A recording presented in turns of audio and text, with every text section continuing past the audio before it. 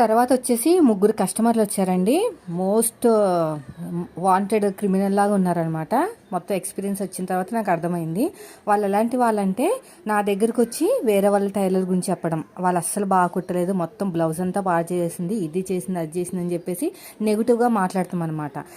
అలా అయిపోయిన తర్వాత నేను ఏం మాట్లాడేదాన్ని కాదు, ఎందుకంటే మనం చెవులతో విన్నది కళ్ళతో చూసింది వేరే కదా.